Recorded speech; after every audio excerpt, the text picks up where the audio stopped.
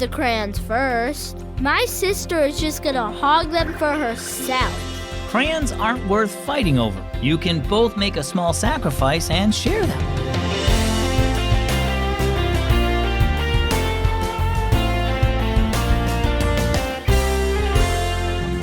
It's a great day here at Keys for Kids, and I hope that you're doing well. My name is Zach. It's kind of hard to share, isn't it? Not just crayons, but maybe your family has a tablet and you never get your turn for as long as you want. When it's time to let someone else have it, do you fight just to keep it?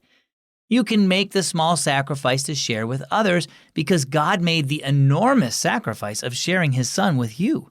Sharing is one way you can honor God and love others, just like it says in Hebrews 13:16. Do good and share, for with such sacrifices God is well pleased. Our story today is called Color Me Angry. The Parker house was often loud, with two daughters pretending to be princesses one minute and superheroes the next. It was usually happy too. But there were times when Maddie Parker, age 8, and Tina Parker, age 6, were loudly unhappy. "Dad!" shouted Maddie. "Tina's hogging the crayons!" "I was using them first," growled Tina. "Go use the markers." "I don't want markers," said Maddie. "I want to finish my picture with crayons since that's how I started it." When Dad Parker arrived, Maddie and Tina were at the angry faces stage of their argument. No scratching or hitting yet, but Dad could see that's where things were headed. "You ladies know what happens when you fight over something, right?" he asked. "We lose it," answered Maddie. "Because?" asked Dad. "Because nothing is worth sisters fighting," answered Tina. "So do I need to take something away, or can we work this out?" asked Dad. The girls looked at each other.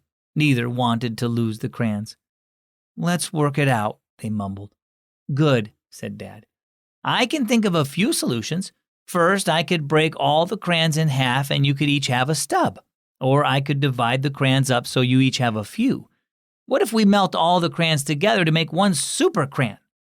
Finally, you girls could share the crayons since you don't use more than one at a time anyway. What will it be?" "I had the crayons first," said Tina. "Why should I share them at all?" "Because as Christians, we're called to share with others in response to the sacrifice Jesus made for us," said Dad.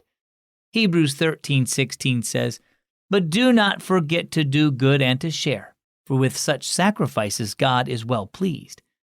Because God shared His Son with us, we should be willing to make sacrifices too. Tina thought for a moment, then held out the box to her sister. "Could I please use the red crayon?" asked Maddie.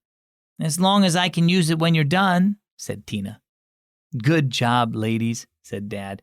"So no super crayon then?"